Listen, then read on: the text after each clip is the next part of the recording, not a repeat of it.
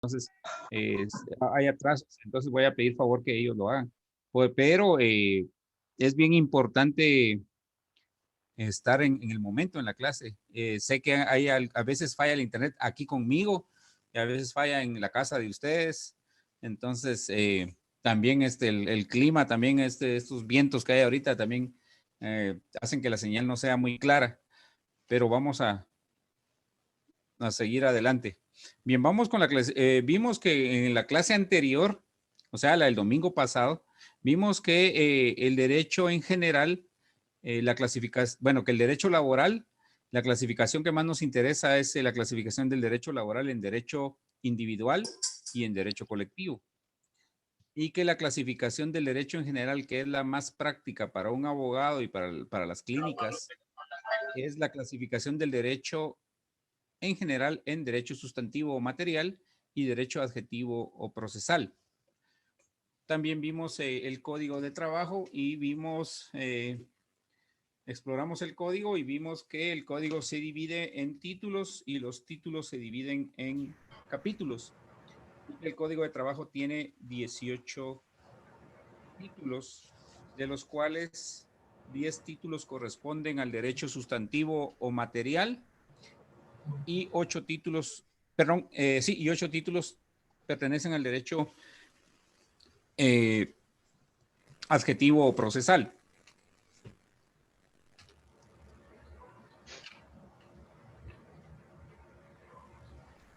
También vimos la diferencia entre abogado y notario, que el notario actúa en la fase normal del derecho, en la cual hay pleno acuerdo de voluntades, hay pleno consentimiento de todas las partes, a diferencia del abogado que actúa en la fase anormal del derecho, cuando no hay consentimiento de las partes, cuando existe pleito, existe controversia, existe litigio, no existe un acuerdo de las partes. En este caso, actúa el abogado. También vimos la causa más común que origina un juicio ordinario laboral individual es el despido, que el despido, las clases de despido es directo e indirecto, y que el directo a su vez se divide en justificado e injustificado. También vimos que cuando se despide una persona, puede acudir a presentar su denuncia a la inspección de trabajo o a entablar una demanda laboral ante el juzgado de trabajo. Vimos la diferencia entre la vía administrativa ante la inspección de trabajo y la diferencia en la vía judicial ante los juzgados de trabajo y previsión social. También vimos que la prescripción para entablar para cobrar la indemnización por tiempo servido en caso de despido directo es de 30 días y en caso de despido indirecto es de 20 días. Y para las demás prestaciones laborales, como aguinaldo, prestaciones, bonificación anual, bonificación incentivo, vacaciones, el tiempo para plantear una demanda es de ¿cuántos años? ¿De cuánto tiempo es para plantear una demanda en el caso de las demás prestaciones laborales? 2 años. 2 años, artículo 264, pero es solo para plantear la demanda. Bien. Ahora, ¿cómo se computa la prescripción? Esos 30 días del despido directo, ¿cómo se calculan? ¿Se toman en cuenta, se toman en cuenta sábados o domingos o no? Y días Dice de que son solo días hábiles, licenciado. Ah, muy bien. Y son solo 2 días hábiles. No, son días hábiles, 30 días hábiles. Ah, ya, 30 días hábiles.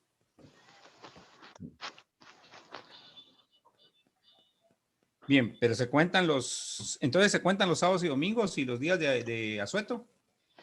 Sí. No, Lick, no cuenta. No, eso no. Son días hábiles. Son días hábiles que solo funcionan en el tribunal. ¿Se cuenta el día del despido o a partir del día siguiente? A partir Al del día. día siguiente. Bien, el fundamento legal de todo lo que me están diciendo. Artículo 260 del Código de Código de trabajo. Trabajo. Sí, pero pero la forma de computar o calcular los plazos, ¿cuál es el fundamento?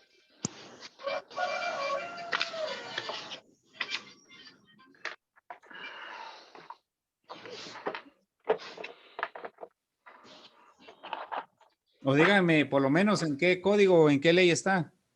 En la ley del organismo judicial, Judicial. en el artículo 45. Muy bien. Vamos, leamos el artículo 45 de la ley del orden judicial, literales E y F.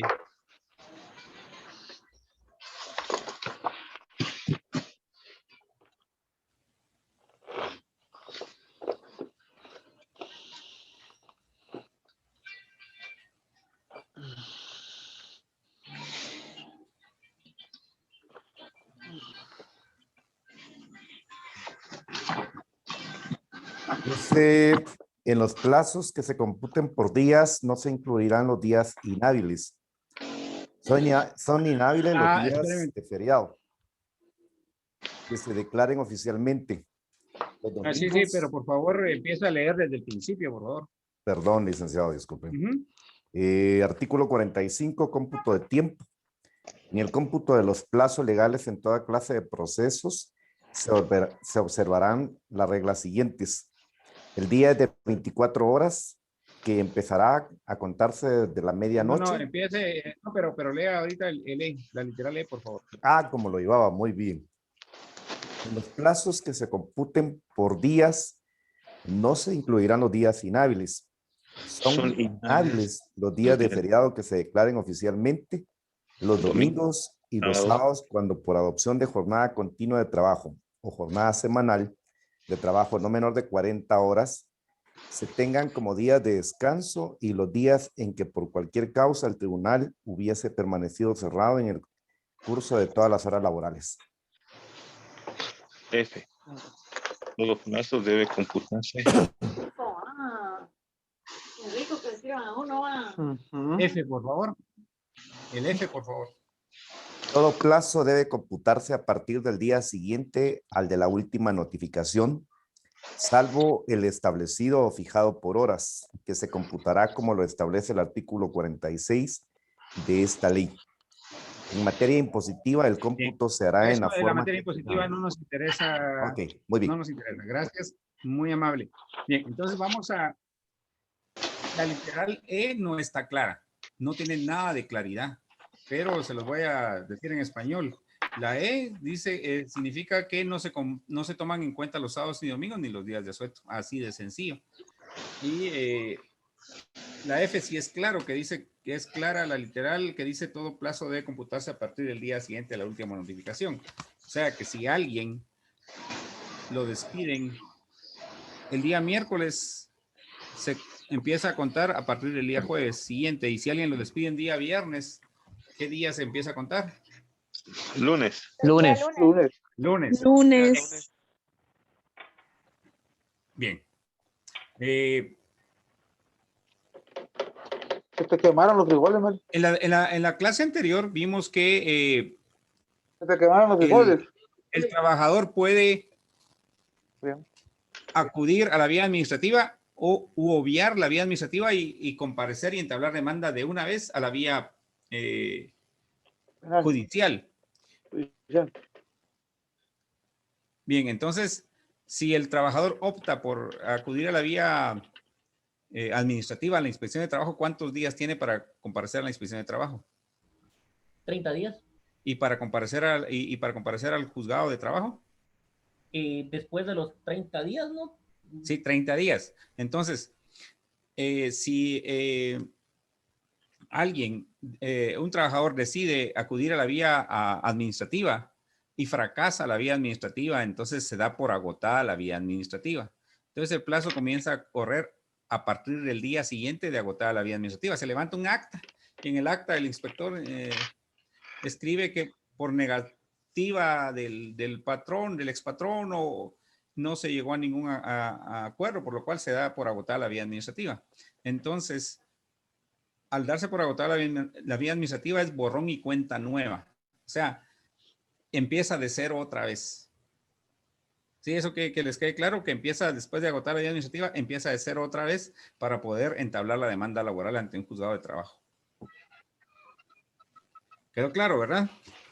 Se cuenta de cero a partir de agotar la vía administrativa. Bueno. Suponiendo que ustedes ya van a entablar su demanda, van a redactar su demanda, ¿qué clases de hojas van a utilizar? Papel bond normales, papel tamaño bond. oficio. Muy bien, papel bond tamaño oficio, dice. Vamos a leer, yo les dije que hoy íbamos a utilizar la ley de timbres, la ley de timbres fiscales y de papel sellado especial para protocolos. Entonces necesito leer el artículo 45 de esa ley, por favor.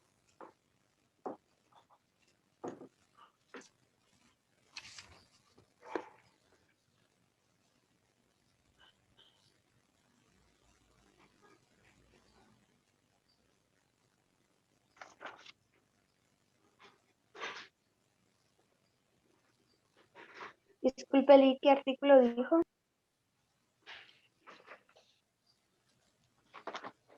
Es el artículo 45 de la ley de timbres fiscales y de papel sellado.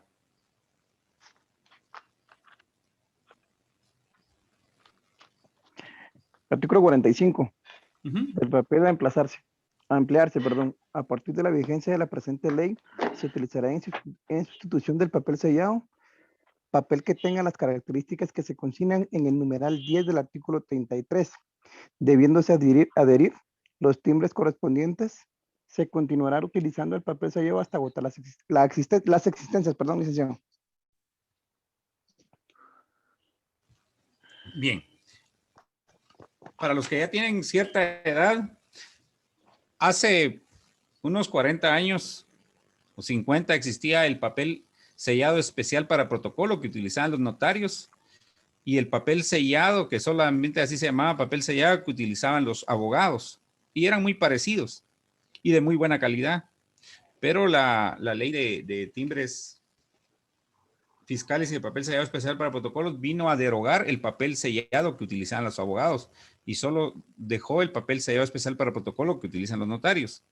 Por eso dice el artículo 45 de la ley que a partir de la vigencia de la presente ley se utilizará en sustitución del papel sellado, o sea, el que utilizan los abogados, papel que tenga las características que se consignan en el numeral 10 del artículo 33, debiéndose adherir los timbres correspondientes. ¿Qué timbres son esos? Fiscales y notariales. Los fiscales y notariales. Ninguno de los dos. ¿Qué timbres utiliza el abogado? Forenses. Forenses, sí. Luego dice se continuará utilizando el papel sellado hasta agotar las existencias. Bueno, las existencias se agotaron ese mismo año. Ahora vamos a leer, como nos remite al numeral 10 del artículo 33, vamos a leer el artículo 33, numeral 10, por favor, desde el principio. Artículo 33 de las abreviaturas. Para la correcta interpretación de esta ley se debe entender, salvo indicaciones en contrario, que cuando se utilizan las expresiones, artículo 10, hoja, se refiere a papel tipo bond, tamaño carta y oficio en cualquier actuación. Perdón, yo tengo y oficio. En cualquier Entonces, actuación. corríjalo. Oficio. ¿sí? Ok, oficio. En cualquier actuación con un uso máximo de 25 o 50 reglones o líneas en cada lado, según se utilice uno o ambos lados de la hoja, con un margen izquierdo mínimo de 40 milímetros. Muchas gracias.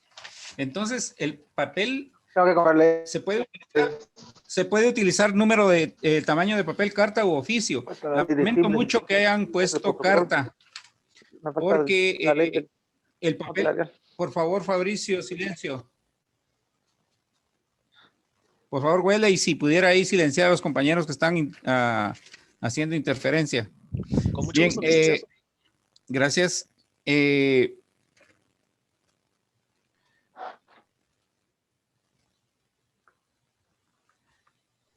hablando de la hoja, carta y oficio, Lic.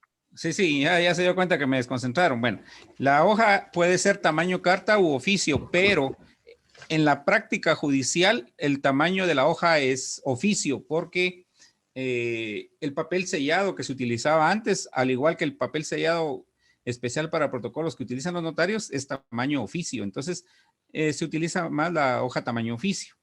Les recomiendo que usen papel bond de 75 o 80 gramos porque de 60 gramos es muy rala, muy delgada y se rompe fácilmente y también pasa la tinta de un lado para otro y a la hora de sacar fotocopias sale bien confuso. Entonces es preferible utilizar 75 u 80 gramos. Luego dice cuántas líneas hay que usar de cada lado de las hojas. 25 o 50 máximos, renglones de cada lado. Se utiliza 25 de cada lado o bien 50 de un solo lado, pero utilizar 50 de un solo lado hay que configurar muy bien los márgenes, no cabe, es difícil que quepa y se mira muy feo. Es mejor utilizar 25 líneas de cada lado y, esto no es solo aplicable al derecho procesal laboral, es aplicable a todo derecho procesal, procesal penal, procesal civil, procesal administrativo, es aplicable a todo el derecho. Y esto sí lo examino, yo lo califico en el examen si utilizan las 25 líneas o no. Entonces, y dice con un margen izquierdo mínimo de 40 milímetros. ¿Cuánto es en centímetros 40 milímetros? 4 centímetros. 4 centímetros. Bien. Entonces, yo les envío una demanda ahí. Tienen los márgenes. Original está en Word, porque en Word se trabaja para presentarla, para imprimirlas, para redactar, presentarlas, imprimirlas y presentarlas. Se utiliza a Word, pero la mandé en PDF porque al enviarla por Word se desconfigura. Entonces las mandé en PDF, pero ustedes lo pueden cambiar a Word y ahí ya están los márgenes. Están los márgenes en los cuales ahí tengo los márgenes para que no los desconfiguren. El encuadernado tiene que ser 0, las sangrías tienen que ser 0, el color de tinta negro y sin viñetas, sin adornos, porque es algo formal. Entonces, algo serio. Bueno, nosotros vamos a utilizar papel español. Nos voy a poner a redactar a mano. Papel español. Necesito, más o menos van a utilizar unas 50 hojas en toda la clase, o tal vez un poquito más, pero unas 50 hojas de papel español. El papel español tiene 25 líneas de cada lado y viene numerado. No deben dejar líneas en blanco, porque si ustedes dejan unas 3 líneas en blanco del papel español, ya no están escribiendo 25 renglones por cada lado, sino que están escribiendo 22. Entonces, si ustedes dejan en blanco algunas líneas, algunos renglones, yo les voy a bajar puntos. No tienen que dejar ningún renglón en blanco. Digo una pregunta, es decir, Ajá. que escribimos en las hojas de español como que si estuviéramos haciendo un contrato civil, por ejemplo. Exacto. Sí, pero es un memorial, pero eso sí se pueden dejar espacios. Por ejemplo, en los contratos civiles no se puede dejar espacios. En cambio, en un memorial sí se puede dejar espacios, pero espacios en la línea, ¿sí? Pero no renglones completos, enteros, en blanco, no se pueden dejar libres. Vamos a seguir.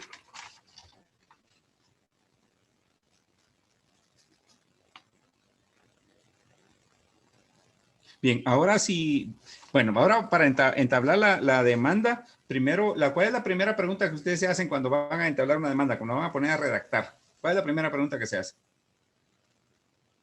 ¿Ante qué órgano la vamos a plantear? Exacto, ¿ante qué órgano? Ah, bueno, y ahora que me está hablando de eso, ahí en su poner de qué se trata la clase, ¿verdad? Pues como es una clase, y estoy de acuerdo que pongan eso para un mayor control, porque hay catedráticos que a veces ni siquiera imparten clases, pero eso sería mejor hacerlo entre semana, ¿verdad? Porque es más teórico, pero las clínicas deben ser más prácticas. Pero entonces ahí pongan plazos o competencias. Hoy vamos a ver más que plazos y competencias. Entonces, pero pongan eso, plazos y competencias. Plazos ya los vimos. Ahorita vamos a ver la competencia. Entonces, ¿ante qué órgano se va a plantear la demanda? Es lo correcto. Se refiere a cuestiones de competencia. Si ustedes se van a plantear si la demanda se va a, si ustedes se ponen a pensar si la demanda la van a entablar ante un juzgado civil o un juzgado laboral, ¿a qué clase de competencia se está refiriendo?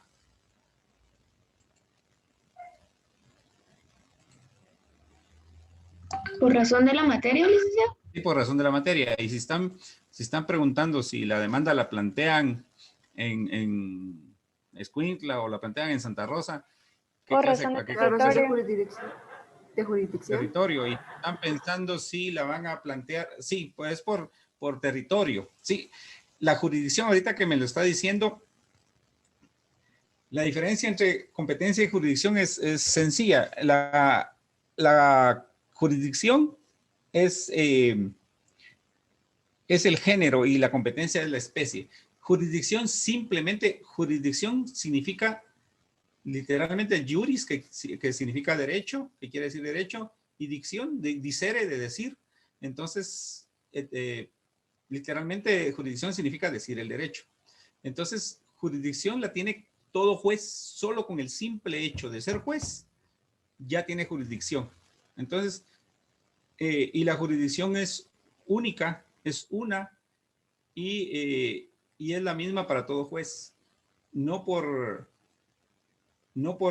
ser de mayor categoría, un magistrado de la Corte Suprema de Justicia tiene más jurisdicción que un juzgado, que un juez de paz. No, tienen la misma jurisdicción porque jurisdicción solamente se refiere a la potestad de administrar justicia. Toda persona que tenga potestad de administrar justicia, aunque sea en casos de ínfima cuantía, aunque sea un municipio pequeño, ya tiene jurisdicción. Y la jurisdicción es única y es de la misma dimensión para todo juez. Entonces, tan juez es un juez de paz como un magistrado de la Corte Suprema o un magistrado de la Corte de Apelaciones. Entonces, solo a eso se refiere a la jurisdicción, potestad de administrar justicia. Ahora la competencia se refiere en qué ámbito se va a ejercer la jurisdicción. Entonces, un juez de paz normalmente su ámbito de jurisdicción va a ser un municipio, un juez de primera instancia normalmente su ámbito de jurisdicción va a ser un departamento, un juez de penal su ámbito de jurisdicción va a ser casos penales, un juez de lo contencioso administrativo su ámbito va a ser cuestiones contenciosas administrativas y así es la situación. Entonces, la jurisdicción simple y sencillamente es administrar justicia y nada más. Bueno, entonces vamos con la competencia. Vamos a hacer una pregunta. Si la cuantía total el total de las prestaciones laborales es de 5,000 quetzales, ¿qué juez es competente? Un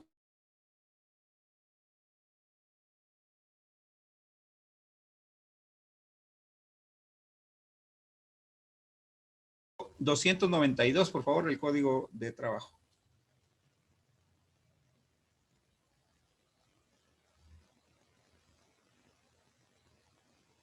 Artículo 292.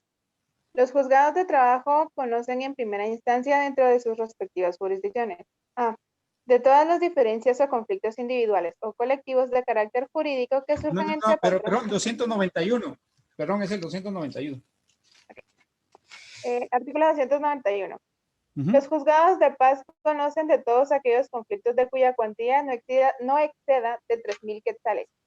Hasta ahí, gracias. Solo ahí.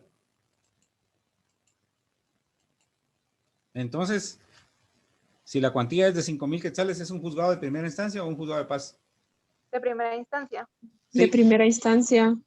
Sí, fíjense que yo estoy en contra de esta cuantía, igual como estoy en contra de la cuantía de familia, porque los juzgados de paz de Guatemala, casi nadie, del país, casi nadie, ningún juzgado conoce casos laborales y tiene la potestad de hacerlo. Entonces, todo se le recarga a los juzgados de primera instancia. Entonces, la cuantía la deberían de elevar a 20,000 quetzales. Casi todos los casos laborales que se llevan a cabo en los juzgados, que se sustancian en los juzgados, son de cuantías de más de 20,000 quetzales. Casi todas oscilan entre 50,000, 100,000 quetzales. Entonces, lo que pasa es de que se congestionan se le acumula el trabajo al juzgados de primera instancia de trabajo y los juzgados de paz no tienen mayor cosa que hacer. Entonces, sería excelente que tuvieran sería muy bueno que tuvieran, que modificaran este artículo y aumentaran la cuantía. Lo mismo en familia. En familia los juzgados de paz conocen hasta 6,000 quetzales. Y ahora las pensiones alimenticias, por ejemplo, normalmente se cobran pensiones alimenticias altas también, igual que las prestaciones laborales. Y porque ahora está más devaluada la moneda y no se puede comprar mucho con poco dinero. Entonces, también hasta 6,000 quetzales tienen poco trabajo los juzgados de paz, mientras los juzgados de familia tienen bastante trabajo. Bien, ahora vamos a leer el artículo 292. En el 292, lo voy a leer yo. Dice...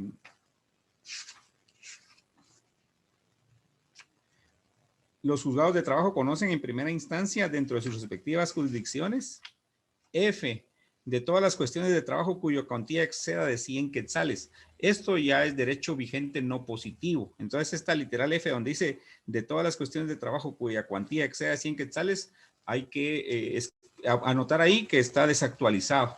Que está desactualizado porque esto no se aplica, sino que lo que se aplica es el artículo 291 que ya leyó la compañera. ¿Sí? Entonces, esa parte de la literal F, donde dice de todas las cuestiones de trabajo cuya cuantía exceda de 100 quetzales, ya está desactualizado y no se aplica, sino que se aplica el artículo 291. Bien, ahora les voy a hacer otra pregunta. Hay un...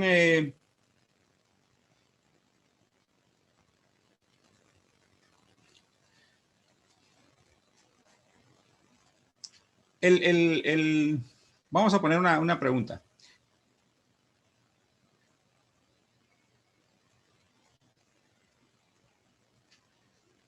Viene el actor reside en Jalapa, el demandado reside en Jutiapa y el lugar de trabajo es en Chiquimula. ¿Dónde se entablaría la demanda? En En Chiquimula. Chiquimula. ¿Dónde vive el trabajador? El actor En reside Chiquimula. en Jalapa, el demandado en Jutiapa y el centro de trabajo es en Chiquimula.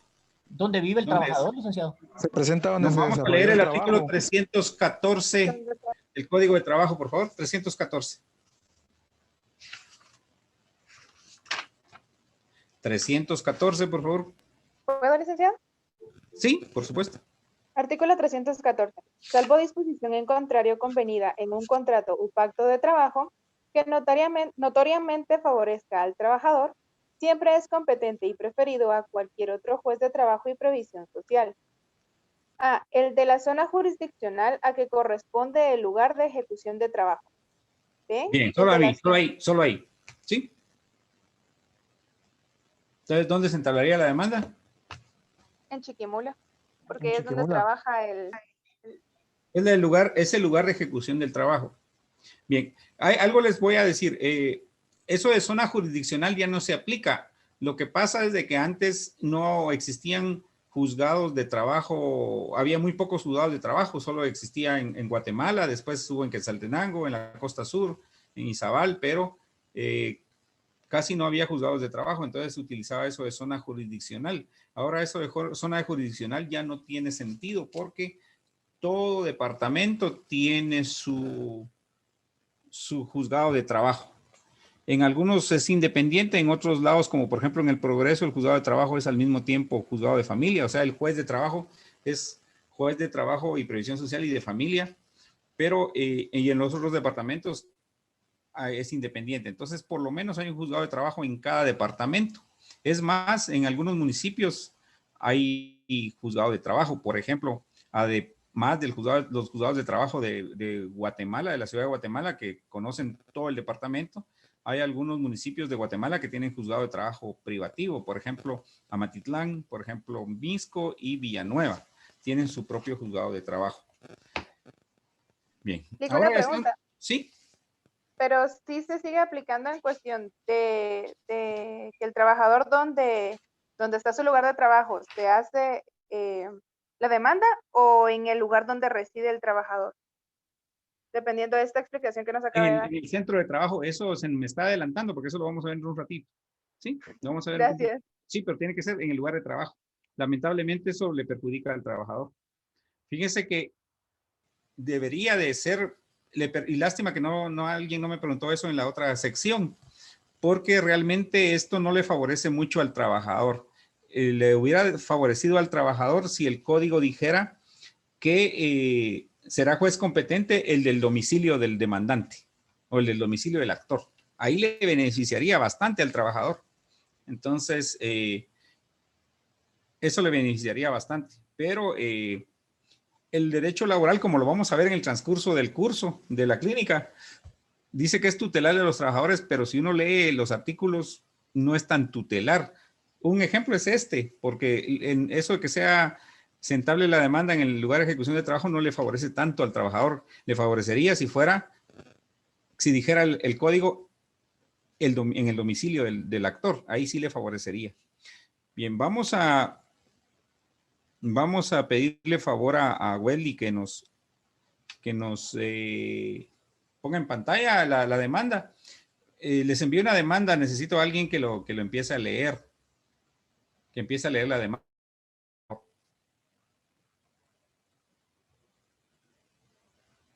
Lamentablemente no la pude enviar entre semana, ni siquiera ayer. La envié hasta hoy en la mañana a Google Classroom. Lick, si gusta, ¿puedo darle lectura? Sí, empiece por favor, pero empiece despacito. Muy bien. Desde donde dice juicio ordinario. Sí. Bueno. Juicio ordinario laboral nuevo. Señor juez. Muy bien, ahí esperemos. Juicio ordinario laboral nuevo. ¿Cómo se llama esa parte? Donde dice juicio ordinario laboral nuevo. Queda arribita, gracias, Welly. Donde dice juicio ordinario laboral nuevo, se llama acápite o epígrafe. Acápite o epígrafe.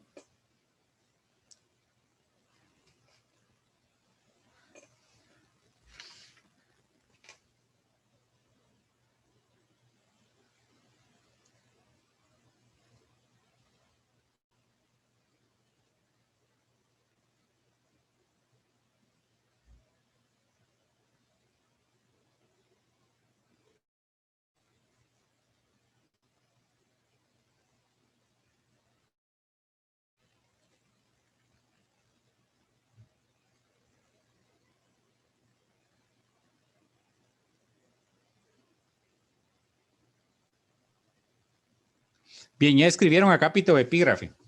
Se llama acápite o epígrafe. Les voy a dictar a qué se refiere el acápite o epígrafe en un memorial o en una demanda.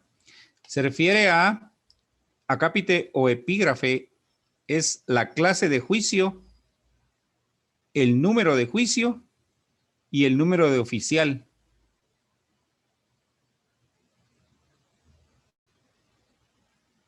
Perdón, ¿me podría repetir? Disculpe, ¿podría repetirlo? Se refiere a la clase de juicio, el número de juicio y el número de oficial.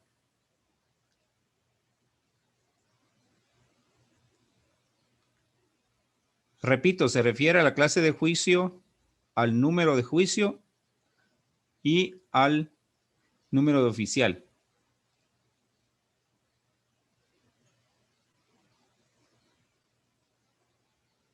En este caso, ¿qué clase de juicio es? Ordinario. Es un juicio ordinario. En laboral es mucho más sencillo porque más que todo son juicios ordinarios e incidentes nada más. Pero en civil es un poquito más amplio, más variado. Entonces, clases de juicios de conocimientos civiles, por ejemplo. Yo sé que esta no es una clase de civil, pero es la que más se presta a estas diferencias. Clases de juicios de conocimientos civiles. Díganme. Tienen que saberlo porque están estudiando todas las áreas del derecho.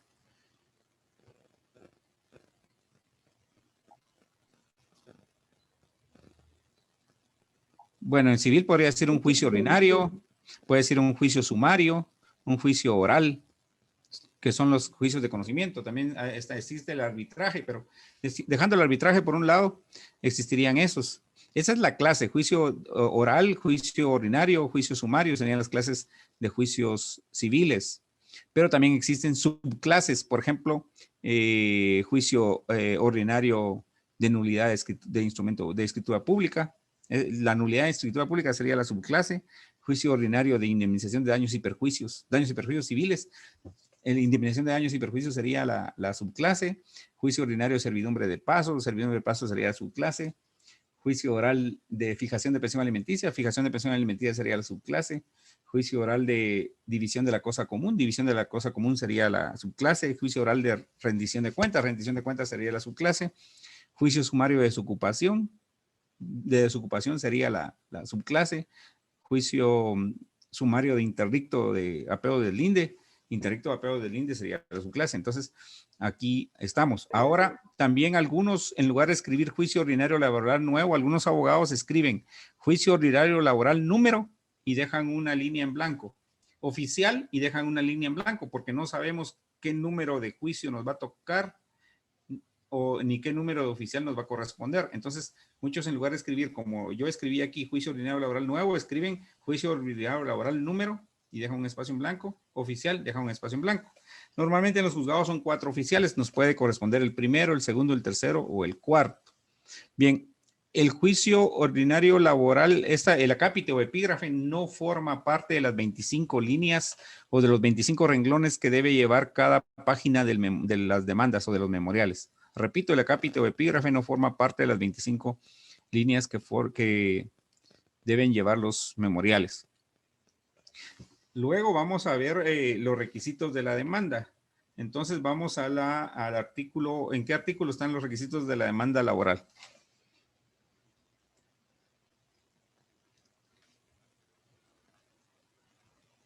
¿En qué artículo están? Artículo 296. No. 332. Por favor, el 332. Artículo 332. Toda demanda debe contener A. Designación del juez o tribunal a quien se dirija. Ahí está B. bien. Perfecto. Entonces, ya.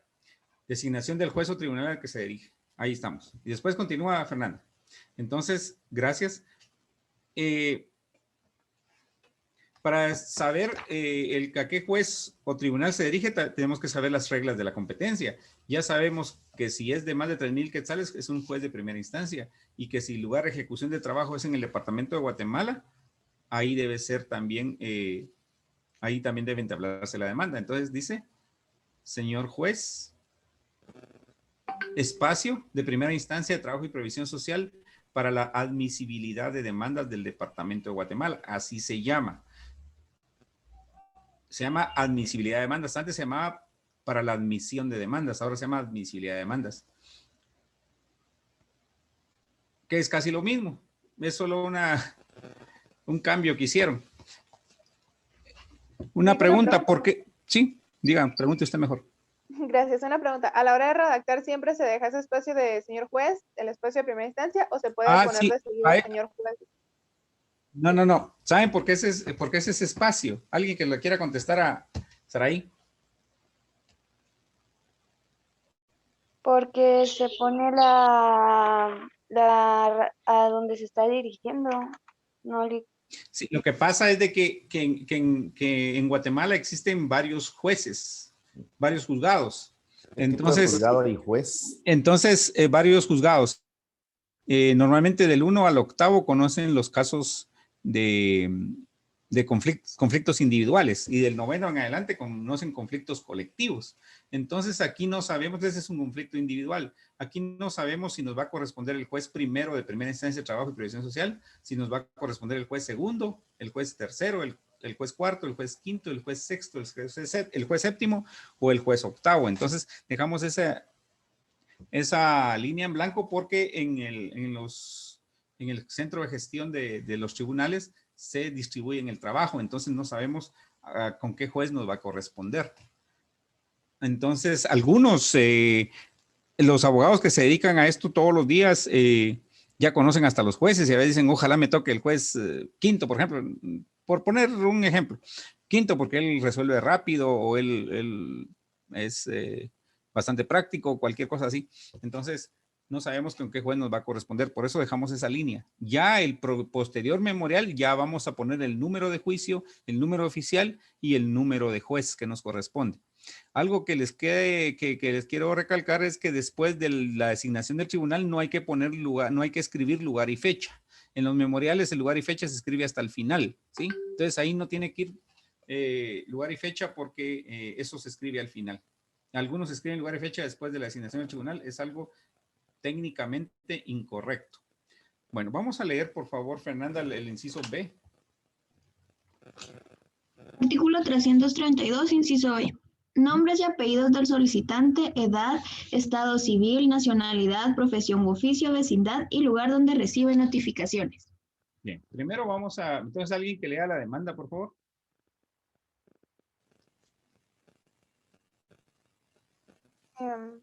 Señor juez de primera instancia de Trabajo y Previsión Social para la admisibilidad de demandas del Departamento de Guatemala.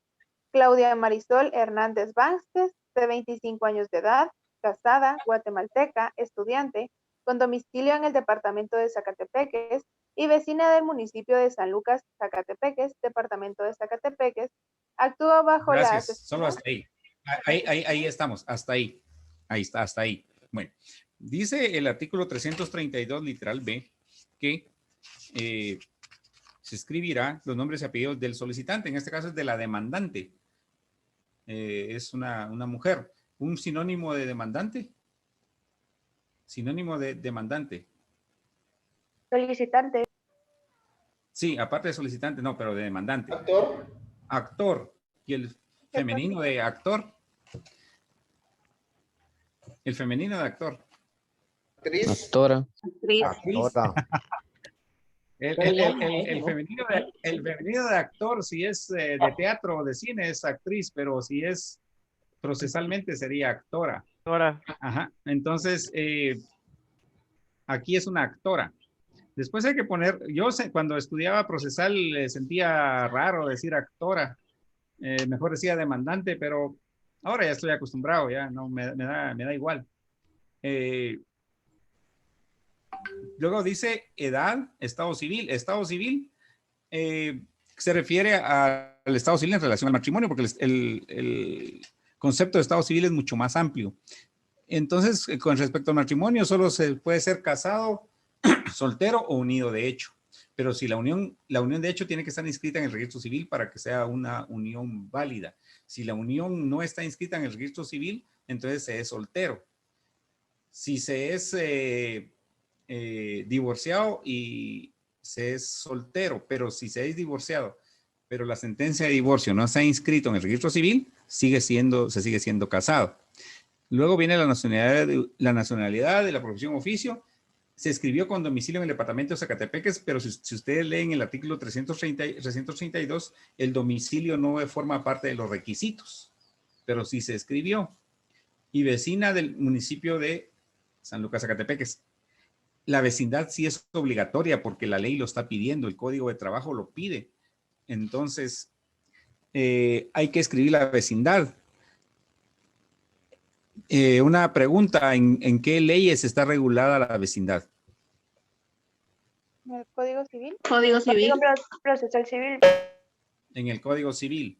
Sí, antes también estaba regulada la vecindad en la Ley de Cédulas de Vecindad. La Ley de Cédulas de Vecindad regulaba claramente la vecindad, pero fue derogada. ¿Qué ley derogó la Ley de Cédulas de Vecindad?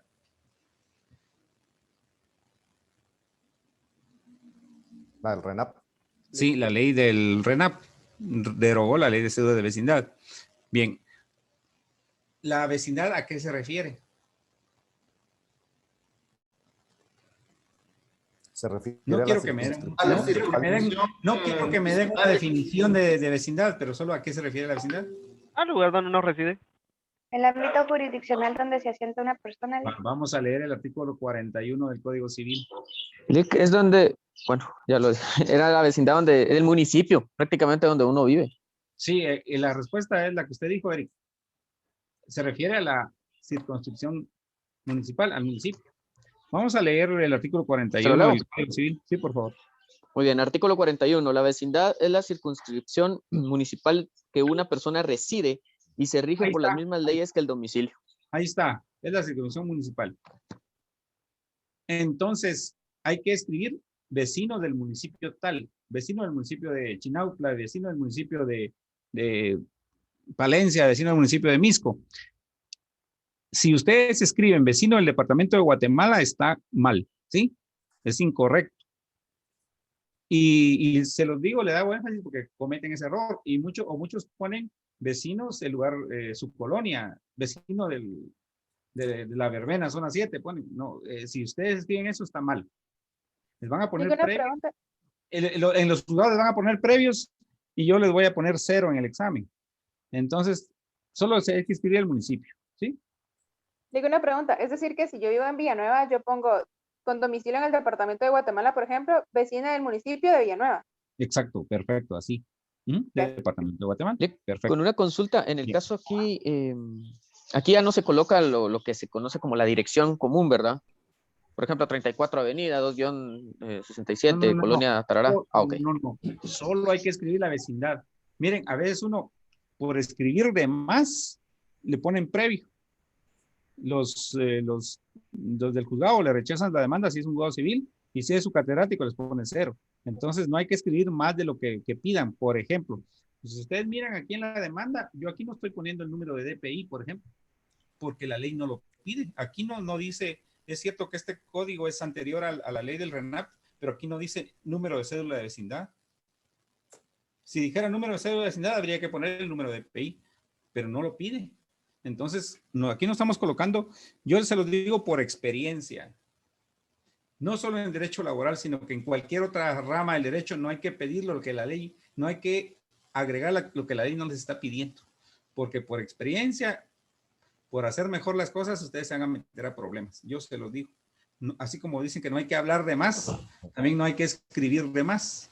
Entonces, a veces, por uno dar datos que no están pidiendo, uno se mete a problemas. Sé por qué se los digo. Se mete uno a problemas. Aquí no están pidiendo el número de PI, entonces no hay que ponerlo. Pero aún así, algunos, ustedes en el examen me ponen el número de PI y les bajo puntos. Entonces, porque no, la ley no lo está pidiendo y yo se los digo, no apegado a la ley, sino que apegado a la experiencia, que no es bueno poner lo que no están pidiendo. Bueno, sigamos, por favor. Lick, perdón, una cosa antes de que. Entonces, ¿sí? Para la ciudad capital sería domicilio. Vecino del municipio de Guatemala. En el municipio de Guatemala. No se pone vecino del municipio de Guatemala. Okay. No, es mejor poner vecino del municipio de Guatemala. Fíjense que yo le voy a decir, pero no tanto, no es en laboral, sino que en civil, en la antigua, por ejemplo, donde yo trabajo. Yo a veces, una vez yo puse en una demanda laboral, civil, puse, señalo como lugar para recibir notificaciones, la Sexta Avenida Norte, número 13A, de la ciudad de Antigua Guatemala, ¿va? Que queda en el centro de la Antigua, que es pequeña. Y no ve pues que me rechazan la demanda diciendo que había que poner municipio de Antigua Guatemala, no ciudad. Sí, esos son formalismos exagerados, pero es mejor, hay que evitar que le rechacen a uno, aunque uno esté en desacuerdo. Bien, sigamos con leyendo la demanda. Disculpe, o sea que si fuera en Guatemala, el departamento y su municipio también sería la ciudad de Guatemala, sería departamento de Guatemala. Municipio de Guatemala. Del municipio. Ok. Vecina del municipio de Guatemala. Sí, el domicilio, le repito, el domicilio no es obligatorio escribirlo en la demanda. Yo sí lo escribo, pero no es obligatorio en una demanda laboral. No es obligatorio, pero la vecindad sí es obligatoria poner. Entonces, vecino del municipio de Guatemala, departamento de Guatemala. Luego sigamos, por favor. Actúo bajo la asesoría y procuración de la bachiller, pasante del bufete popular de la Universidad de San Carlos de Guatemala y señalo. Muy bien, ahí nada más. Una pregunta, ¿es obligatoria la asesoría en casos laborales? No, lo vimos el domingo pasado. Lo vimos el domingo pasado. No, porque dice que puede actuar de manera directa. No es obligatorio. necesaria la asesoría. Entonces hay una pregunta que hacen en el privado. ¿Cuáles son las únicas dos áreas del derecho o casos en los cuales no es necesaria la asesoría? Una es en laboral y la otra es en Civil, ¿en qué casos civiles no es necesaria la asesoría, el Familiar. auxilio de un abogado? No. En familia sí se necesita abogado.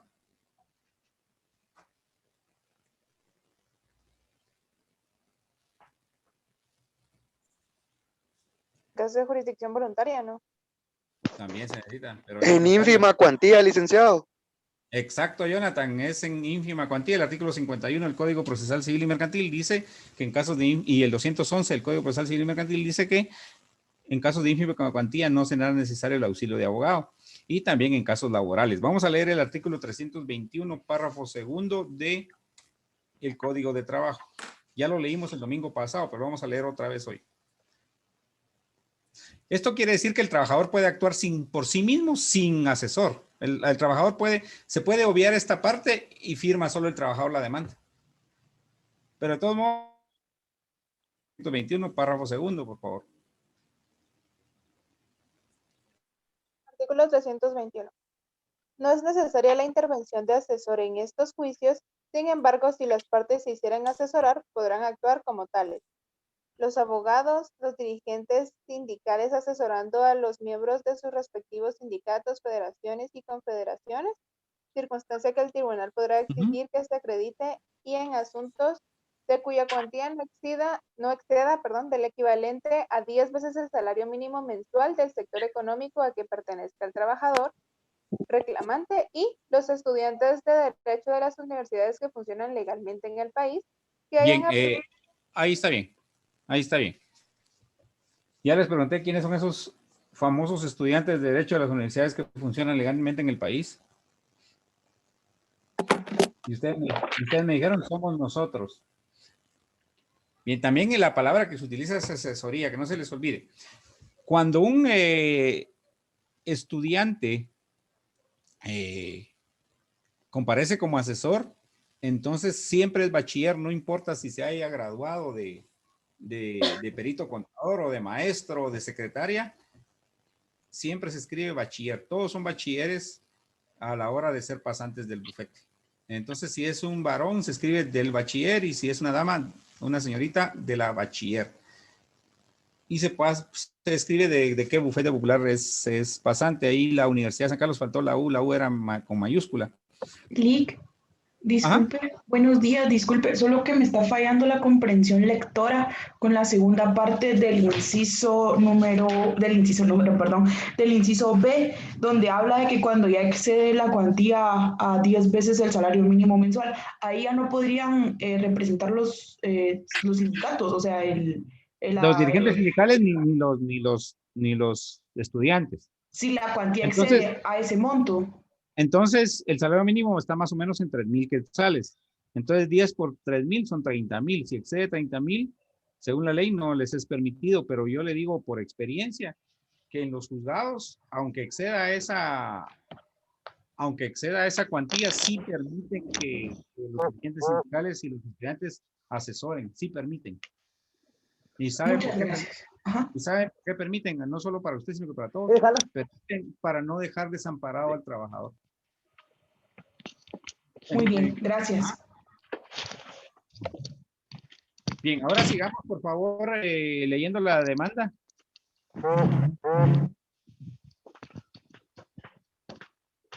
Y señalo para... Ay, perdón. Dele. Gracias.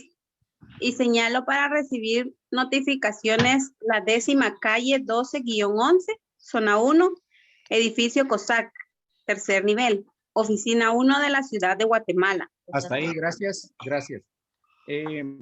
Esa dirección sí es real, esa dirección queda ahí por la iglesia Santo Domingo.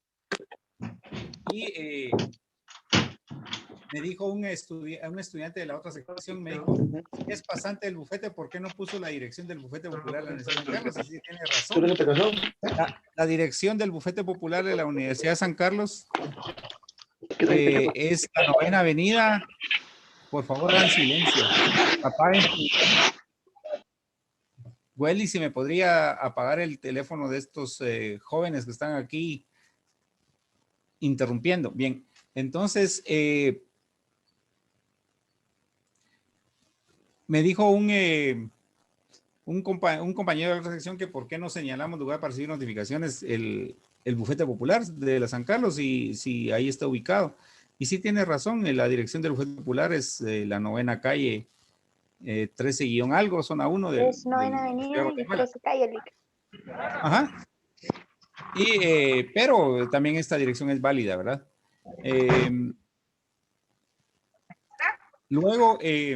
Pasa adelante, solo que aquí va mi perrita, ella no muerde ni nada. No, solo es bien curiosa.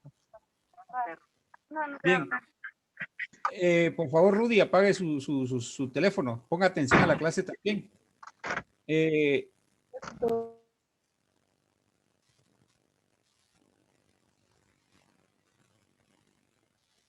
Entonces, una pregunta. Aquí esta señorita es un caso real. La señorita vivía en San Lucas y vive en San Lucas, me imagino.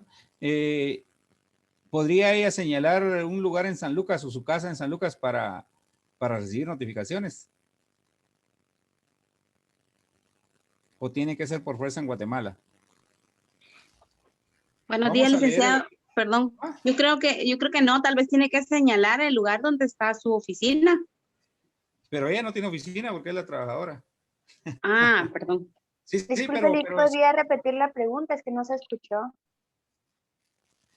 Si es señorita que está demandando, puede señalar lugar para recibir, que ella vive en San Lucas, puede señalar lugar para recibir notificaciones en San Lucas o por fuerza tiene que ser en su domicilio, Lic. En Guatemala. No, vamos a leer el artículo 328 del Código de Trabajo. 328, párrafo 8º. El artículo 328 es muy largo y el párrafo 8º empieza donde dice las partes tienen la obligación.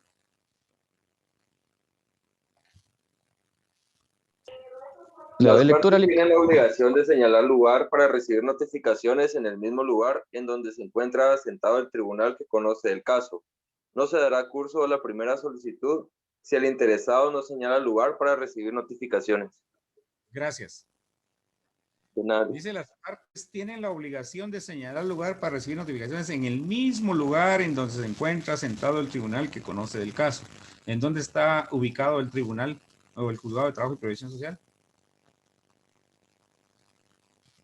En esta demanda, ¿en qué lugar está ubicado en esta demanda?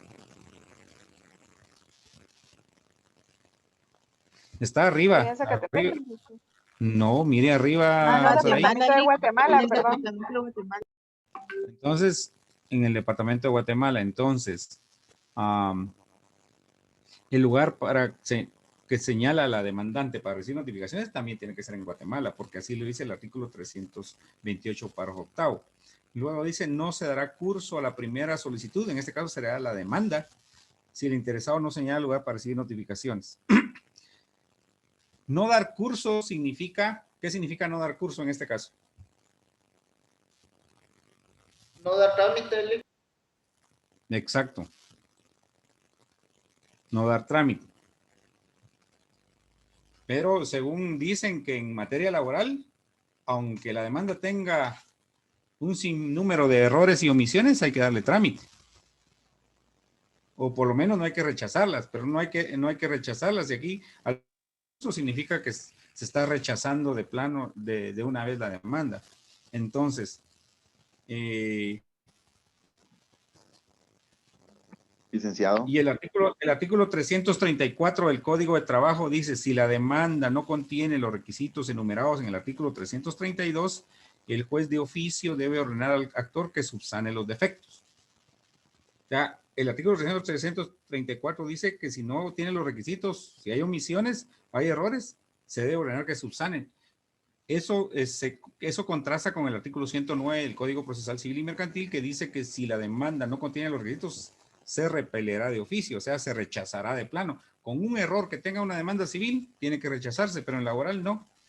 Pero hay una excepción, que es cuando el interesado, el demandante, no señala lugar para recibir notificaciones dentro de donde tenga su asiento el tribunal. Entonces, esa es una pregunta que hacen mucho en el privado. Y también la hago yo aquí en el examen, aquí en nuestro curso. Hacen la pregunta, ¿cuál es la única causa por la cual un juez de trabajo puede rechazar de plano una demanda? Esa es la pregunta que siempre hacen. ¿Y cuál es la única causa? El que no se señale residencia para recibir lugar para recibir notificaciones. notificaciones. Muy bien. Entonces esa pregunta la hacen en el privado. Sobre todo los que están aquí en la clase y ya cerraron pensum, es muy seguro que eso lo puedan preguntar en derecho laboral. Bien, vamos a continuar con la demanda, por favor. Alguien que continúe leyéndola. Licenciado. ¿Sí? Yo tengo una duda. Como está establecido que si se quiere actuar sin el auxilio de un abogado, entonces se actúa en nombre propio, ¿no? Entonces, en ese caso, si la persona no tiene residencia en el lugar en donde está sentado el juzgado, entonces, ¿qué es lo que se puede hacer? Pero fíjese que tiene que buscar algún familiar o algún cuate, algún amigo que vive en la capital. Okay, no se puede obviar, sí. Fíjese que eso nos pasa mucho a nosotros, pero cuando es un caso que no es laboral, pero cuando puede ser laboral o puede ser otra materia, a veces no tienen lugar para recibir hay abogados que no tienen lugar para recibir notificaciones. Por ejemplo, hay abogados de la capital que me dicen, vos mira, o usted mire, fíjese que necesito un lugar para recibir notificaciones en la antigua. ¿Será que usted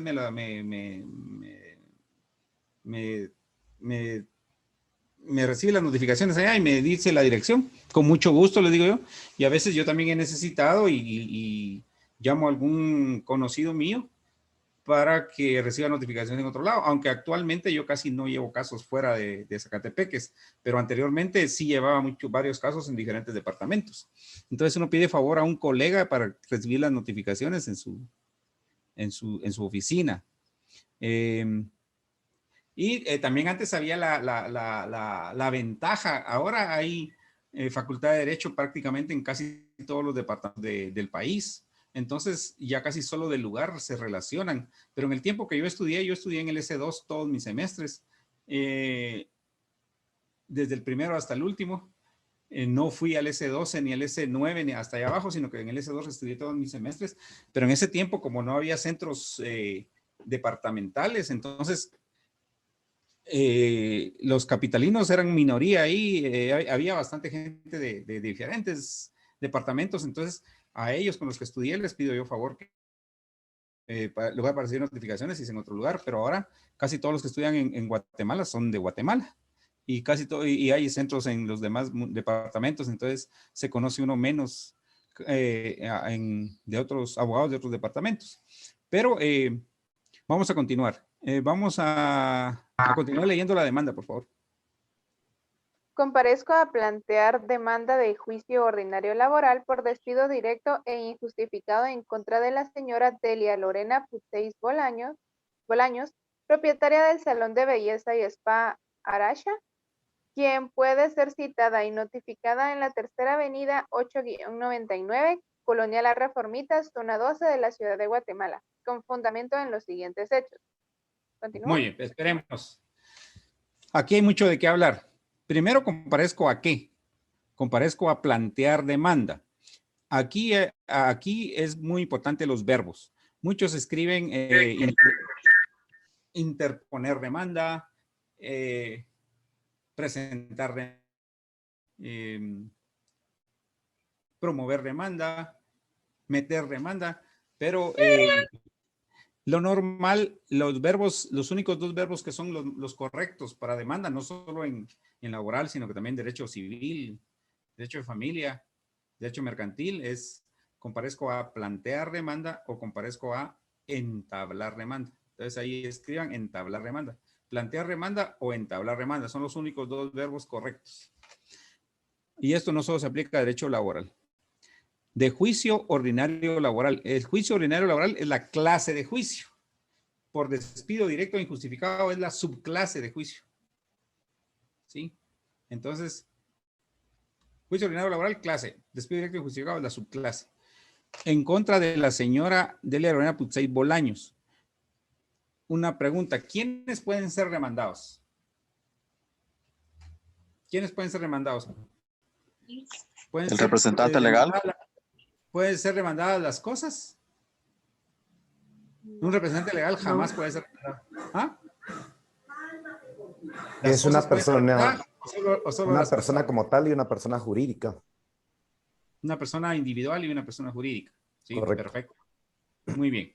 Nunca se demanda a los representantes legales, se demanda a la entidad, no al representante legal. Eso que les quede claro.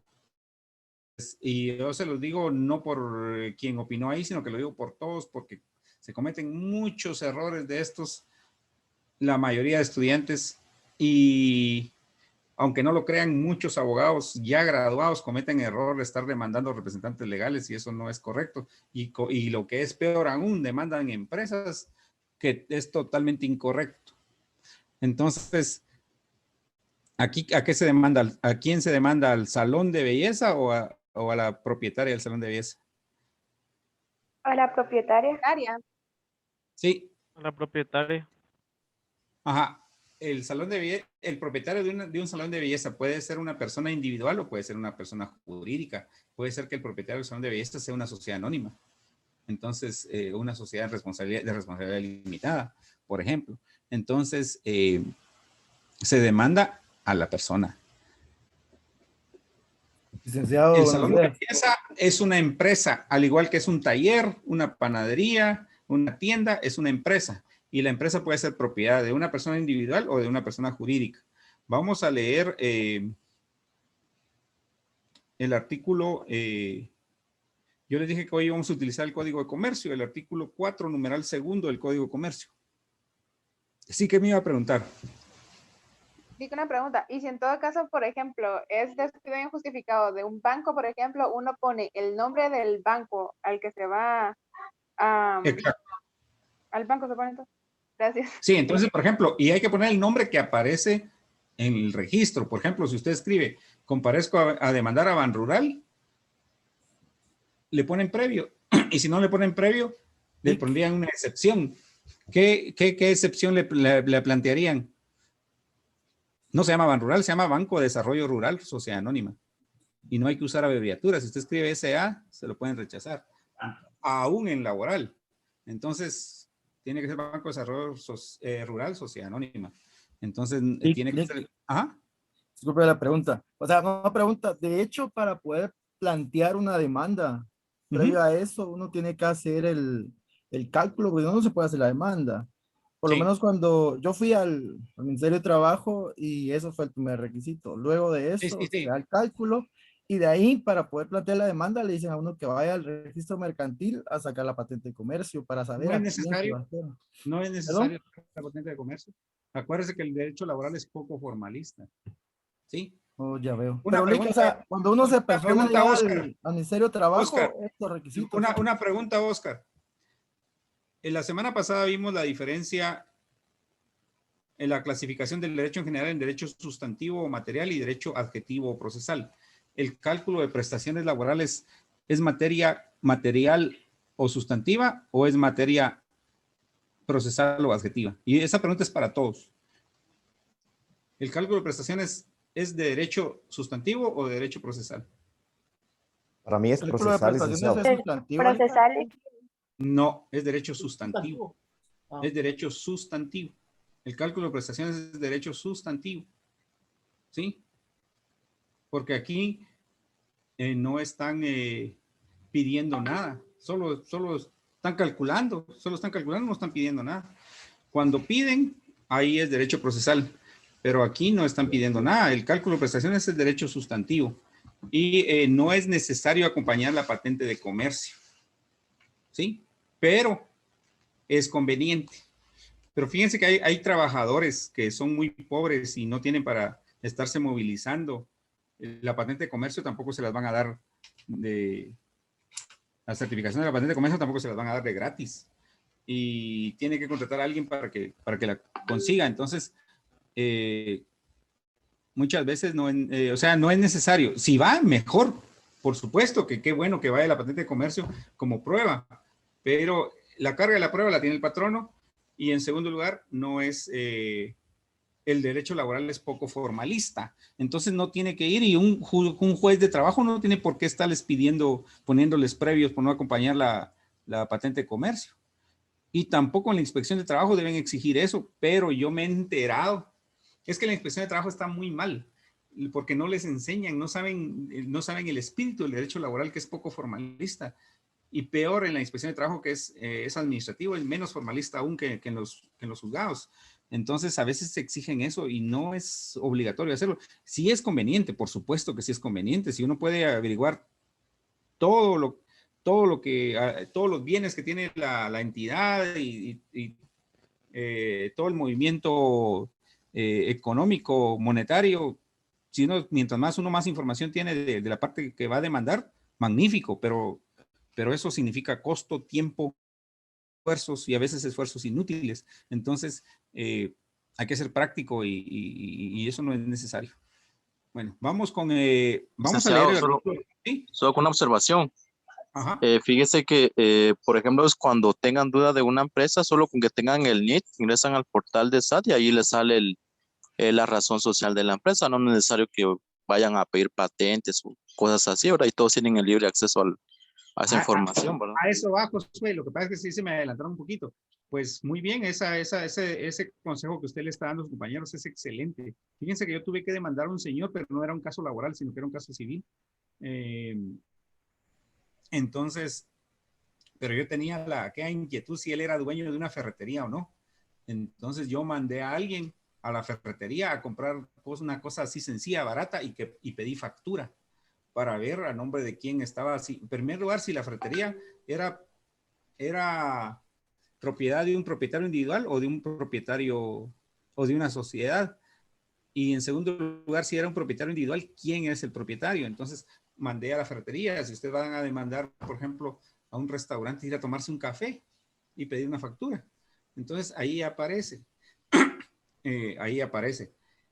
En primer lugar, si escriben mal el nombre del demandante, del demandado, les pueden poner previo. Y si no les ponen previo, la parte demandada les puede plantear una excepción dilatoria de falta de personalidad. Eso les puede plantear, y solo por una excepción dilatoria de falta de personalidad no significa que van a perder el juicio, pero les puede atrasar el juicio medio año o más. Solo por eso, por escribir mal el nombre del demandado. Entonces, un año le puede atrasar el juicio eso. Entonces, lo malo es que también está la prescripción. Tenemos 30 días, tenemos menos de 30 días para averiguar el nombre exacto de quién voy a demandar. Por eso, cuando uno trabaja en un lugar, hay que tratar de obtener la mayor información. ¿Sí? Pasa en todo lugar. Hay que saber cómo se llama el demandado o quién es el verdadero la persona que hay que demandar y la dirección exacta donde se le pueda demandar, porque también una dirección inexacta atrasa el juicio muchísimo. Esas son cuestiones prácticas, son cuestiones que solo se aprenden con la experiencia. Bueno, vamos con el artículo. Vamos con el artículo 4 del Código de Comercio, por favor. Perdón, una pregunta, Lick. ¿Sí? La dirección que aparece en el contrato de trabajo del patrono, ¿esa se puede usar como lugar para enviar notificaciones? Si le beneficia al trabajador, si le beneficia más, sí. Si no, no, porque así lo dice el artículo 314, perdón. El artículo 314 dice: salvo disposición en contrario convenida en un contrato o pacto de trabajo que notoriamente favorezca al trabajador. Entonces, si le favorece al trabajador, sí. Si no, es la zona jurisdiccional a que corresponde el lugar de ejecución de trabajo. ¿Sí? Licenciado, y cuando dice que renuncian al fuero de su ilegal. Es totalmente ilegal. Es ilegal. Eso solo se aplica en civil y mercantil. Pero en laborales. En los laborales, así lo ponen ilegal. en el contrato de trabajo. Es ilegal. Es Muy ilegal. bien, gracias, licenciado. Ilegal. Ajá. Y se lo creo. O sea, es que, como yo se los dije el domingo pasado, actualmente se están vulnerando, pisoteando los derechos de los trabajadores. Actualmente, más que otras épocas de la historia reciente del país. Y no estoy hablando de este gobierno, estoy hablando de este siglo. Lo que va de este siglo, se están pisoteando mucho los derechos de los trabajadores, particularmente desde hace 10 años para acá. Cada vez, conforme avanza el tiempo, más se limitan, se pisotean, se disminuyen los derechos de los trabajadores. Y también muchos lo hacen por ignorancia, porque esto se escribe solo en los contratos civiles. Es más, yo ni siquiera en los contratos civiles los escribo porque para mí es abusivo. Entonces, yo nunca pongo eso de su domicilio. Cuando me contratan para un arrendamiento, para una compraventa a plazos, yo jamás pongo eso. A menos, porque el Código Procesal Civil lo permite en el artículo 7º y el artículo 8º del Código Procesal Civil Mercantil, pero a menos que los clientes me lo exijan. Si los clientes me lo exigen, de lo contrario, yo me hago el loco, porque para mí es ilegal y además deberían de reformar ese artículo y poner que esa prórroga de la competencia y esa renuncia al fuero de domicilio fuera ilegal, como ya se está haciendo en Europa. Por ejemplo, en Europa eso ya quedó obsoleto. Esa disposición se copió de los códigos europeos, pero ya los códigos europeos, de hace 100 años, pero ahorita ya los códigos europeos están quitando eso, porque eso notoriamente es bastante lesivo a los intereses de los deudores y en este caso de los trabajadores, pero en el caso laboral sí es ilegal totalmente. En civil es legal, en civil y mercantil es legal, es injusto, pero es legal. Es inmoral, pero es legal, pero en laboral ni siquiera es legal. Entonces, sigamos. Bueno, entonces vamos al artículo 4 del Código de Comercio. Artículo 4. Cosas mercantiles. Son cosas mercantiles, primero, los títulos de crédito. Segundo, la empresa mercantil y sus elementos. Solamente eso, la empresa mercantil. Gracias. La empresa mercantil es cosa mercantil, no es persona. Y vamos a leer el artículo 655, segundo párrafo.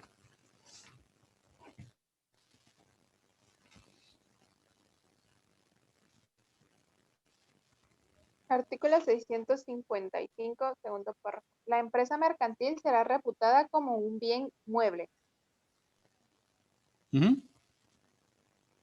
Una empresa es un bien mueble. Incluso así como se hacen compraventas de terrenos, de casas, compraventas de aparatos de sonido también, o equipos de sonido, también se hacen, o aparatos electrodomésticos, también se hacen compraventas de empresas y se hacen en documento privado con liquidación de firmas o en escritura pública. Yo lo he hecho.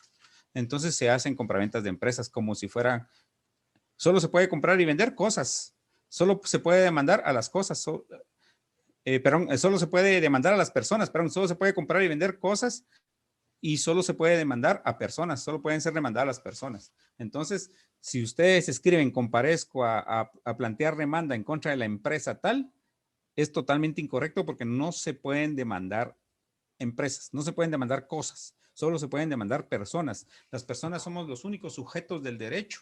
Solo las personas podemos demandar y solo las personas podemos ser demandadas. Entonces somos los únicos sujetos del derecho. Vamos a leer... Licenciado. Licenciado, disculpe. Y cuando se demanda a una persona jurídica, ¿es necesario colocar en la demanda los datos del representante legal? Por supuesto que no. Es totalmente innecesario. Es innecesario, es inútil y es contraproducente. ¿Sí? Totalmente. Ok, muchas gracias. O sea, basta no solamente... Solo hay que... Basta solamente... Mire, pues, esta es una demanda contra una persona individual. La próxima demanda que vamos a ver va a ser una demanda contra una sociedad anónima. Entonces se escribe, comparezco a entablar demanda de juicio ordinario laboral por despido directo injustificado en contra de la entidad, el tirador sociedad anónima a través de su representante legal. No hay que escribir el nombre del representante legal ni datos extras. Lo que tiene que estar claro es el nombre de la empresa. Me voy a adelantar porque eso lo iba a decir en la clase, pero me voy a adelantar ya que usted está hablando de eso. Muchas veces no sabemos el nombre del representante legal. No es necesario. El representante legal normalmente casi siempre es un trabajador igual que uno. Los trabajadores, los representantes legales los pueden cambiar cuando les dé la gana. Los pueden cambiar. Incluso pueden enviar un mandatario judicial. Si ustedes escriben mal el nombre del representante legal, les pueden plantear una excepción de falta de personería, una excepción dilatoria y les van a atrasar el caso un año. Entonces no es necesario, es contraproducente. No tienen por qué averiguar. Hay algunos que me han dicho a mí, es que fíjate que no puedo demandar a la empresa porque no, y a la empresa me dicen, pero no es una empresa, es la sociedad. No puedo demandar a la sociedad porque no sabemos el nombre del representante legal, me dicen algunos abogados recién graduados. Yo le digo, eso no es así, por supuesto que no es así. Bueno, entonces, pero estamos aprendiendo. Esas preguntas son muy buenas porque aprende usted y aprende sus compañeros. Y a mí me gusta que pregunten. Y a veces se los voy a decir, pero se me olvida y cuando usted me pregunta, entonces se me recuerda y me acuerdo. Digo. Bien, entonces vamos a leer el artículo. Bueno, entonces ahora vamos a leer el artículo 3 del Código de Trabajo. 3.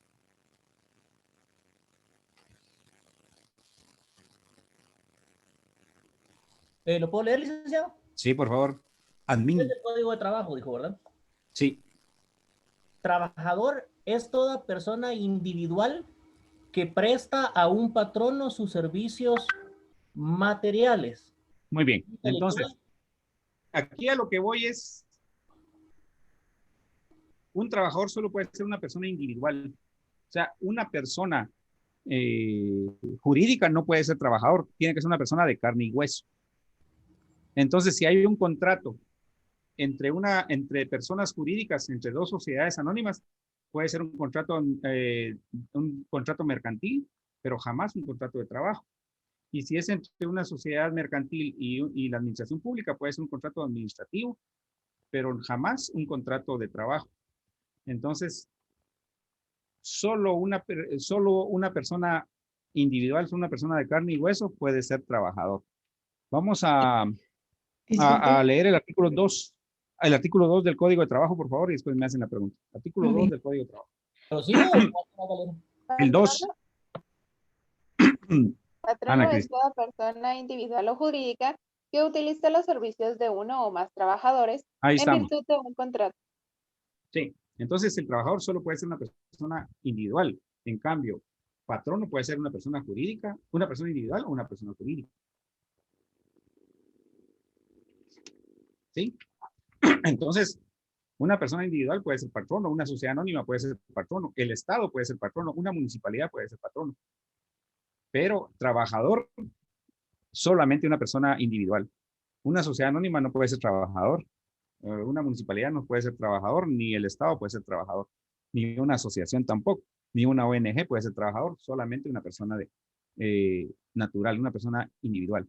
Bien, vamos a también, hay que escribir, más adelante dice, puede ser citada y notificada en la Tercera Avenida 8-99, Colonia de la Reformita, zona 12, de la Ciudad de Guatemala, con fundamentos en los siguientes hechos. Citada y notificada es la palabra correcta. Notificar es la palabra correcta. Algunos escriben quien puede ser habido. La palabra habido se utiliza solamente en derecho procesal penal. ¿Sí?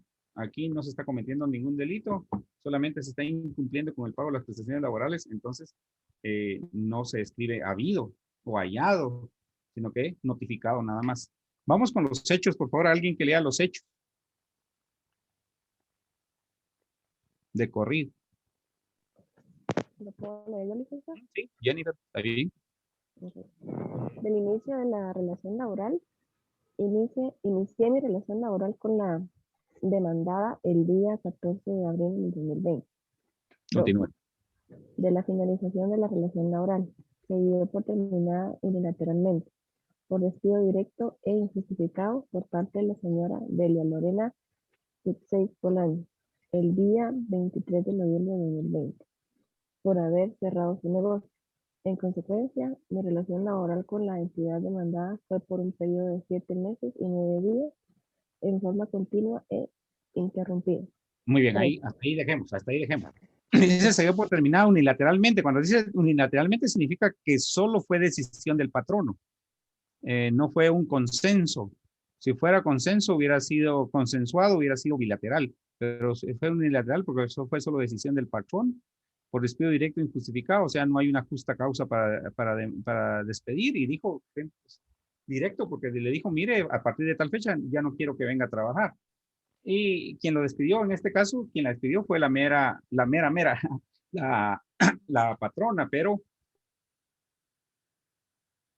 las sociedades anónimas puede ser que sea un administrador, un gerente, un jefe de recursos humanos, un capataz, puede ser cualquier otra persona. Entonces, no necesariamente tiene que ser el propietario quien despida, puede ser un representante del patrono. Lick, Entonces, ajá. disculpe, es que tengo una duda. Disculpe que lo interrumpa. Es que, por ejemplo, la verdad es que yo no sé nada de derecho mercantil porque todavía no he llevado el curso. No obstante, he tenido pues conocimiento de situaciones en las que, digamos que sea un proceso como el que se está planteando acá en lo que estamos leyendo, de algún despido injustificado o X proceso que requiera pues que uno acuda a un juicio laboral, pero digamos que la empresa no está registrada, perdón, solo el timbre lo están tocando, perdón. La empresa no está registrada en el registro mercantil, digamos, o ese proceso que la verdad yo lo desconozco. ¿Qué le digo? Le puedo poner un ejemplo, digamos, de una guardería, que despidan a la maestra o algo así, pero que la guardería operaba, entre comillas, ilegalmente. Igual procede que la persona pues lleve a cabo este proceso. O sea, igual Fíjese que en este caso hay que demandar a quien manda, a quien recibe el dinero, quien administra el dinero, en este caso. Fíjese que eso lo vamos a ver en otra clase, pero en muchos casos se hacen, como se dicen, se hacen los locos y se tiran la chibolita de uno a otro y uno no sabe ni a quién demandar. Muchas veces el trabajador no sabe ni a quién demandar, pero eso lo vamos a ver en otra clase. No sabe, hay que saber bien a quién demandar. Y eso hace a veces hasta el propio juez se confunde, no sabe si dictar sentencia condenatoria o no. ¿Sí? Entonces, pero para eso tiene que ver mucho, pero vamos a ver en otra clase, quién es el que manda y quién administra. ¿Quién es el que manda? ¿Quién? Hay que ver los elementos del contrato de trabajo que están en el artículo 18 del Código de Trabajo, pero nos vamos a perder y me interesa leer un par de artículos todavía antes de terminar la clase porque ya es un poquito tarde.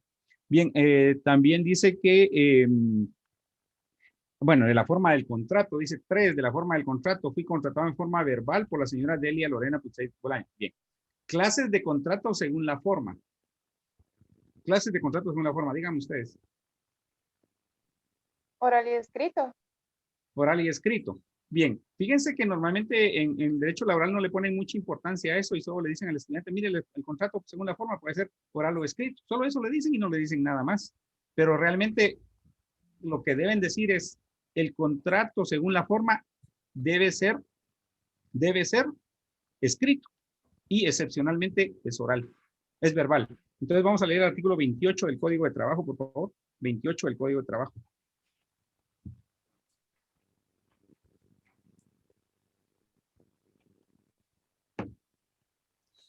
El contrato individual de trabajo debe extenderse por escrito en Bien, 3 ejemplares. Ahí está. El contrato individual de trabajo debe extenderse por escrito. En filosofía del derecho y en lógica jurídica le enseñan a uno que las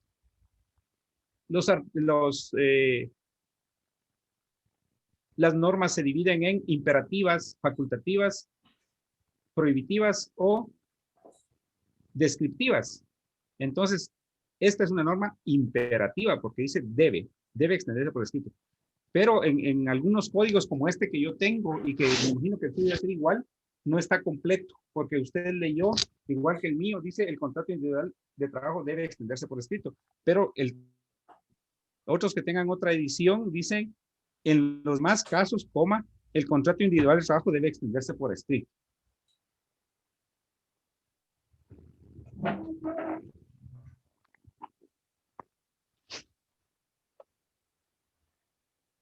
En los demás casos, el contrato individual de trabajo debe extenderse por escrito. Debe es imperativo, o sea que el contrato por regla general debe ser por escrito.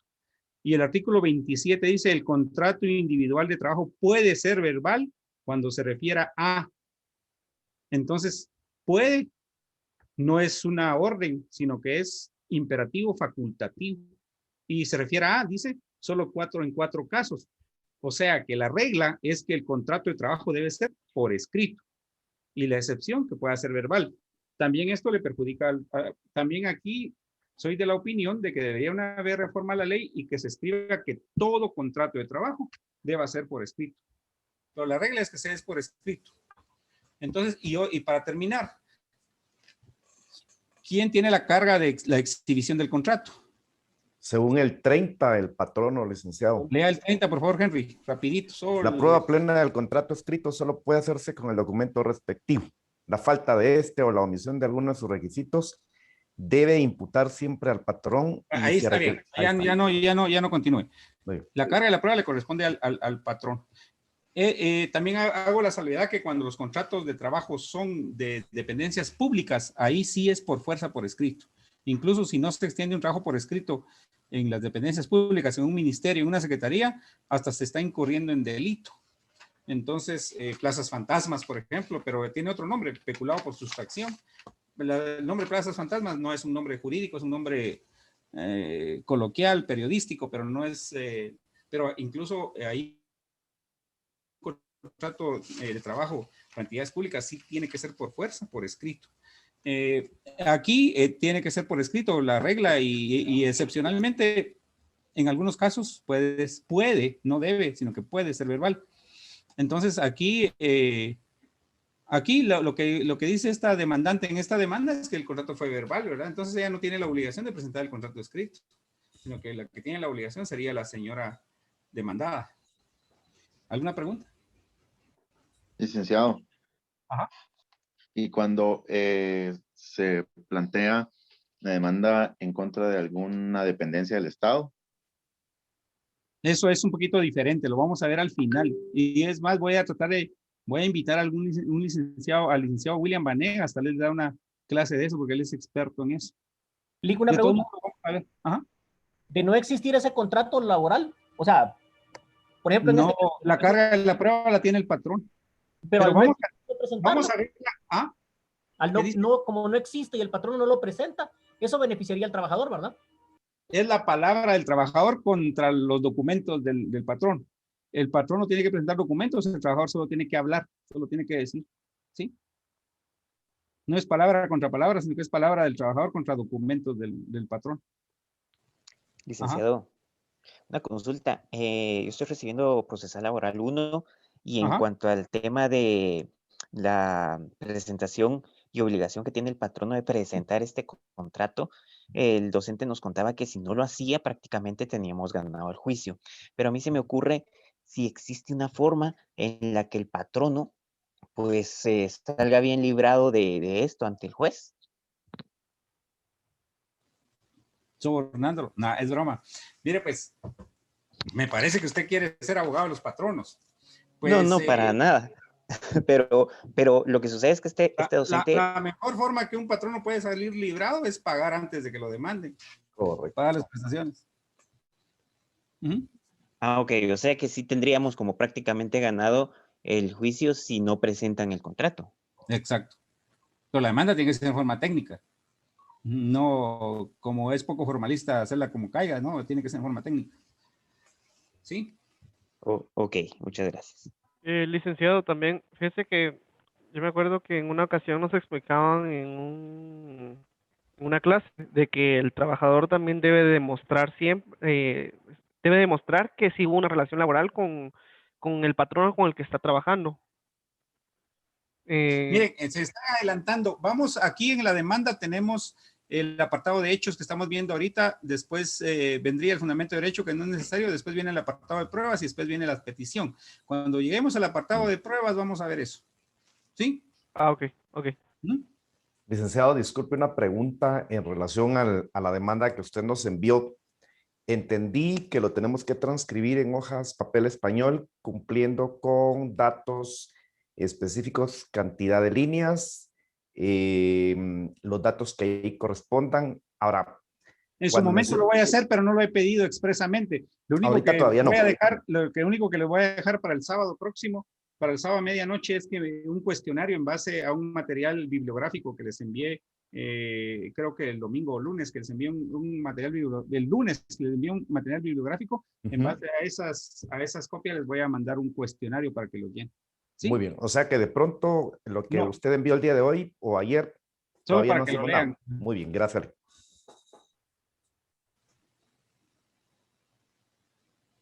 Bien, damos por terminada la clase.